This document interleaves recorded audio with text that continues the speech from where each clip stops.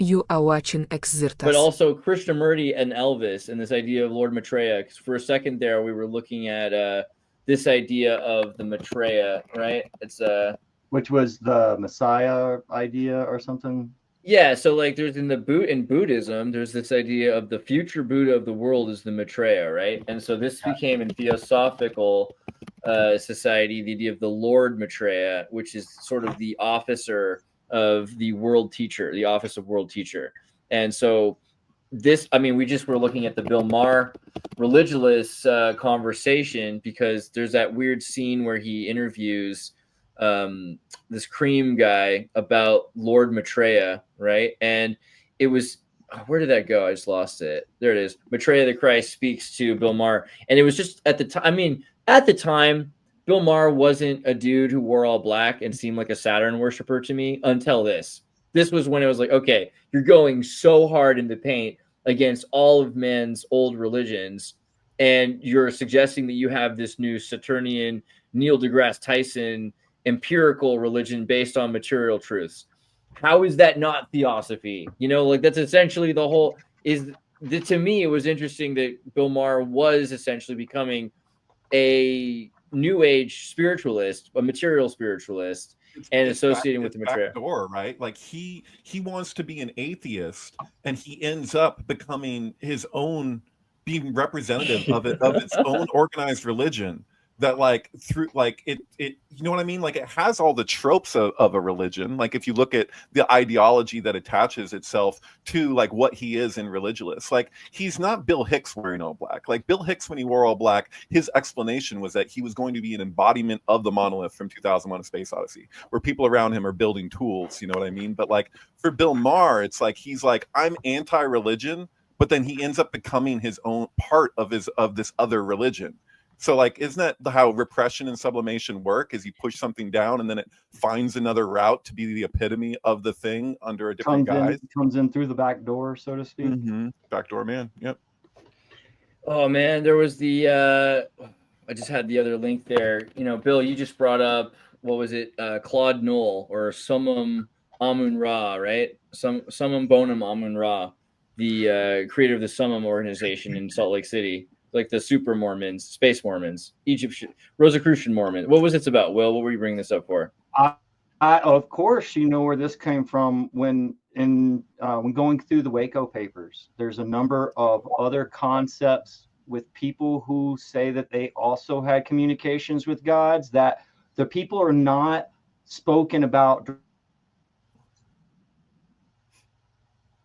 Oh, like the key words to what he's talking about. You're going to run into uh, people like Claude Noel here.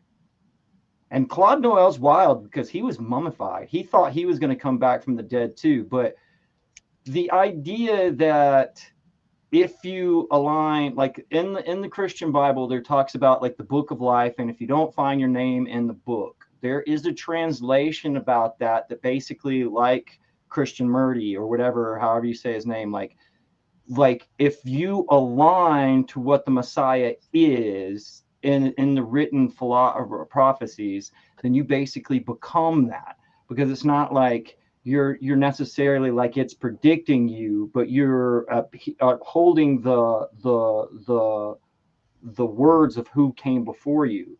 So it's like you're manifesting it.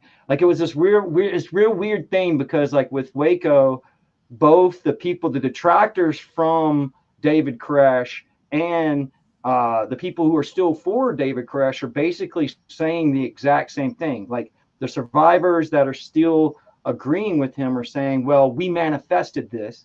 And then other people are saying, well, it was a self-fulfilling prophecy, because your immediate question is like, well, how did he get the United States government to attack? You know, like if that fulfilled their prophecy, how is it his fault for them attacking? Do you get what I mean? But that's like what they were doing, was they were living in accordance to make the prophecy happen, which is just a mind fuck. I mean, that Well, is it's what weird. manifestation is. Sorry, go ahead, sir. No, I was gonna say it's kind of like, just because I know like 6 things about this guy and not much more, that he was a Mormon even until his death, and his organization was one of the few organizations allowed to produce wine and liquor in Utah, because there's an exemption for religious purposes, ritual services or something like that. Right, ceremonial religious purposes. And so the fact that he wasn't creating exactly a religion, he said it wasn't quite a religion in his opinion, it was a religious organization. But he's talking to God. See, here's the thing. Like, you can fit all of these guys, whether their philosophies agree or not, there's common symptoms between. I mean, that's what we study. When I go and I like try to intervene with Waco, I'm not trying to go up to a Wacoian and be like, yo, I'm a sync researcher, dog, because they're not going to listen to anything I say. I have to present myself as a researcher for religious and ecstatic experiences, because that's what synchronicity is. Synchronicity is considered to be an ecstatic. So I can fly up underneath that radar. And I have over a decade of research. So like I can get away with saying that. But the point is all of these guys are starting to kind of have the same symptoms. And that's where I'm getting at. That's what I think. That's what my main thesis is sometimes these people know about each other. Sometimes they don't. The ones that, like, that's what he says is, how many messiahs is it going to take? It's something that David Koresh said to the FBI negotiators. And he was like, it says right here in the Bible, as many as it takes. How many messiahs are there? And then he goes, as many as it takes. Like this whole idea that there's a whole bunch of people who are experiencing these bicameral mind experiences. And that might be, I mean, I'm here because of sync. Like, this has something, synchronicity has something to do with consciousness, and bicameral mind has something to do with how we relate to the natural world. There's some sort of echo or byproduct that we call sync from that experience. You're touching on the crux, right? Because I mean, isn't this like what is the signifier according to what is the basis of Christianity? If you're going to make the Judeo-Christian argument, what is the characteristic trait in the world of form to show that the Mashiach has come and that this prophecy has been fulfilled? The end of all debt and the release of all slaves. No slavery, no debt. And so this is the reason why, when it comes to people who, Jewish people or people who are steeped in even occultism or mysticism, and they're getting at the roots of like, what do we expect to see manifest in the world that will signify that this thing has happened? But the discrepancy among Christians is that they believe that there's kind of this like alternate, like the world that is to come is ultimately here already in the midst. And so that's a spiritual dimension. Well, so they're like, he came, we just have to believe it to see it. And this is where belief comes in, which gets really tricky, because then you have to get into, well, what is the fall in the first place? But our belief, right? So it's knowledge. Easter was the first time I had been to church in quite a few years, probably since my wife's mother died, outside of like a funeral or something like that. But we were going to church quite often then. Anyways, I realized that there was the main crux of what the sermon was one of the passages that David Koresh used. It was from 1 Corinthians 15, I think, which, if you read that, the whole thing is about Judgment Day.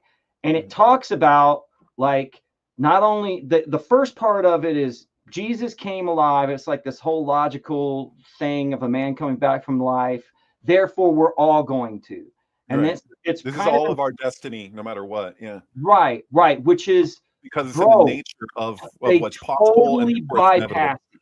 Yeah. They totally bypassed it. And see, there's that Cepheus right there. There's a relationship to King Cephas and Cepheus. And Cephas means little stone. Anyways, like, they're talking about, on the day of judgment, not everybody will be dead, but all will be changed. And it's literally about the resurrection of the dead. But my point is, out of like that, like this is what David Koresh had a problem with. He was like, the pastors these days talk in verses. They don't talk in chapters. And that's exactly what this church did when I went there at Easter. They touched upon the stuff that was, this is how we know Jesus is alive.